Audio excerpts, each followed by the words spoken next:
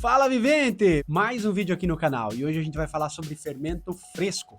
Nesse vídeo a gente vai falar sobre os tipos de fermento que a gente encontra no mercado e quais são aptos para uma longa fermentação. E são eles, né? Fermento seco, desidratado e o fermento fresco. Hoje a gente vai ver os critérios para reconhecer um fermento saudável, que seja pronto para o uso, e métodos de conservação. Por fim, a gente vai ver também como entender as doses a serem utilizadas para uma massa de longa fermentação. Então pega esse teu dedo enfarinhado aí, deixa um like nesse vídeo e se inscreve para fermentar o canal. Não esquece de bater no sininho também. Deixa aqui nos comentários se você já usou um fermento que não deu certo. Comenta aí que eu quero saber.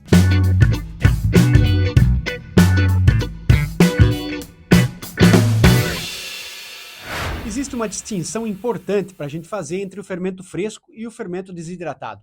O fermento fresco é aquele encontrado nos supermercados na seção de frios, geralmente em cubos, e precisa ser armazenado na geladeira em um local fresco. A sua validade, geralmente, é de cerca de 1 mês, se armazenado corretamente. Já por outro lado, o fermento seco, desidratado, ele é encontrado em saquinhos e não precisa de refrigeração, além também de ter uma validade bem mais longa. Esses dois tipos de fermento, eles são essencialmente o mesmo produto. A única diferença é a sua produção. O fermento fresco, ele contém cerca de 75% de água, enquanto o fermento seco, ele é desidratado e perde quase a totalidade da água durante o processo de desidratação. Essa diferença ela é fundamental para a gente entender como usar esses dois tipos de fermento. O fermento seco, ele é muito mais concentrado em uma comparação com o fermento fresco, o que significa que a gente tem que usar uma quantidade menor, né? Usar uma pequena porção desse fermento seco, que ele é muito mais ativo. Eu mesmo uma vez fui usar o fermento seco ao lugar do fresco, porque tinha acabado o fresco e eu só tinha o seco lá, nunca tinha feito nenhuma prova com o seco, e aquela massa fervia, ela tinha explodido dentro da caixa, saído para fora, uma sujeira desgraçada. Imagina aquela pizzeria assim, cheia de massa. Caixa branca, quando eu abri ela assim, aquilo fervia dentro, sabe? E eu não entendia o porquê, eu acabava jogando fora 2, 3 receitas de massa que eu tive que jogar fora, e aí depois eu fui ver, poxa, é óbvio que é o fermento. Aí eu usei uma proporção bem menor, né? Fui atrás, lógico, estudei um pouco mais a fundo o que o fermento fazia e notei que, caramba, aquilo ali era muito mais ativo, né? A primeira reação foi tomar um medo, né? Pensei, nunca mais quero usar essa droga, né? Mas daí eu aprendi que não, que você se aprofundando um pouquinho mais naquele assunto, aí você consegue usar de uma maneira eficaz aquele tipo de fermento. Então, assim, antes de você achar que o fermento seco é um vilão, para e analisa um pouquinho, estuda um pouco mais a fundo como que ele é feito, qual que é a potência dele, né? E, claro, se certifique de que você vai colocar ele na água para ativar, porque também pode acontecer de você botar um fermento seco na tua receita e depois ele não fermentar. É imprescindível você entender que antes de você fazer qualquer mudança na tua receita, além de você fazer provas com uma quantidade menor de massa, você também precisa entender a fundo como esse ingrediente se comporta. Então vamos entender como utilizar esse fermento na prática, né? Como usar ele de uma maneira correta, nem de mais e nem de menos. Quando a gente usa 3 gramas de fermento fresco por quilo de farinha, numa receita, por exemplo, a gente deve usar 1,2 gramas de fermento seco. Ou seja, quase 1/3 da proporção daquele fresco. Quanto ao uso, eu recomendo jogar então o fermento fresco na farinha antes de adicionar a receita ou dissolver ele em água antes de adicionar, especialmente se ele for fermento fresco. No entanto, é fundamental dissolver o fermento seco na água antes, né, de levar a tua receita, justamente para ativar essas leveduras. Um outro ponto muito importante é a conservação. O fermento fresco, ele requer mais cuidado, enquanto o fermento seco, ele é muito mais simples de se armazenar.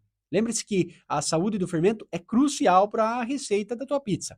Um bloco de fermento fresco, ele vai ficar saudável quando ele se desfaz nas mãos e ele permanece macio e maleável.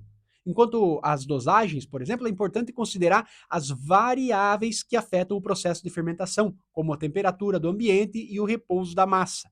No caso do congelamento, se o congelamento da massa for dessa massa crua, o poder fermentativo desse fermento diminui 10% a cada mês. Ou seja, no momento em que você vai fazer uma pizza crua e congelar ela, você vai fazer ela repousar ali por 6 meses, é ideal você adicionar umas gramas a mais de fermento para manter o poder fermentativo dessa massa até o final da estocagem. Pode parecer que quanto menos fermento você vai colocar na tua massa, melhor essa massa vai ser. Mas não é bem assim que funciona, e nem quanto mais fermento você colocar, mais rápido a tua massa vai ficar pronta.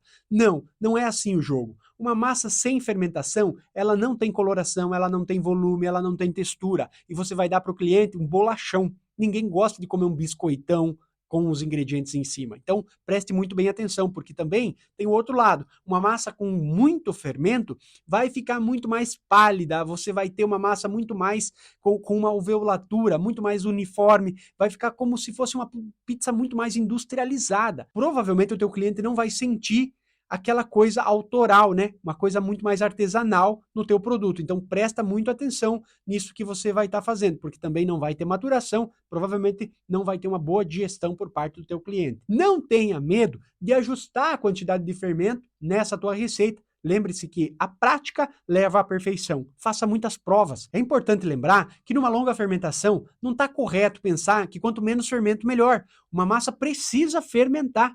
Ela precisa ter para um ganho máximo de volume, textura e também de coloração. A fermentação é crucial. Se você quiser se aprofundar ainda mais no conhecimento técnico sobre fermentação e maturação de uma pizza de longa fermentação, eu te aconselho a clicar aqui na descrição desse vídeo no link que eu preparei para você, onde você vai conhecer tudo sobre os 4 principais tipos de pizza italiana e conhecer o nosso treinamento, o Impasto Italiano. Então, nesse link aqui na descrição, você vai conhecer tudo sobre o impasto italiano.